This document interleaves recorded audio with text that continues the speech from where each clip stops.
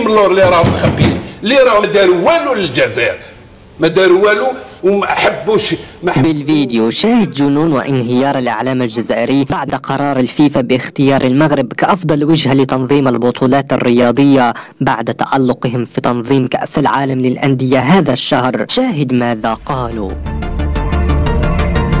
أولا، إذا كنت مسلم وتتفق بأن المغرب تستحق هذا الاختيار لأنها بلد الكرم والضيافة، فاضغط إعجاب للفيديو وصل على رسولنا الكريم. أصبح الاستقبال الأسطوري للفرق المشاركة في كأس العالم للأندية المنظم بالمغرب هذا الشهر حديث العالم، فالمغرب استطاع إنجاح هذه البطولة قبل انطلاقها، وذلك بعد الاستقبال الأسطوري والتاريخي الذي لاقته الفرق المشاركة من قبل المغاربة والتنظيم الكبير والحافلات المتطورة والذكية التي نقلت الفرق المشاركة، الأمر الذي أبهر العالم. وبعد هذا الحدث التاريخي أعلنت الفيفا رسميا قبل قليل في مؤتمر صحفي بأن المغرب قام باستقبال في المستوى وشرف هذه البطولة أحسن تشريف، وكان استقبال وتنظيم عالمي بكل المقاييس. وأعلنت الفيفا بشكل رسمي في مؤتمرها الصحفي قبل قليل باختيار وتتويج المغرب كأفضل بلد عربي وأفريقي في تنظيم البطولات الرياضية. وقد جن جنون الإعلام الجزائري بعد هذا الحدث وقالوا: ألف مبروك للمغرب هذا الإنجاز الجديد، وألف مبروك علينا كجزائريين الفضيحة والشوهة بهذا التعبير التي وضعنا فيها مسؤولي هذا البلد. انظروا للمغرب أين وصل، اصحوا من سباتكم.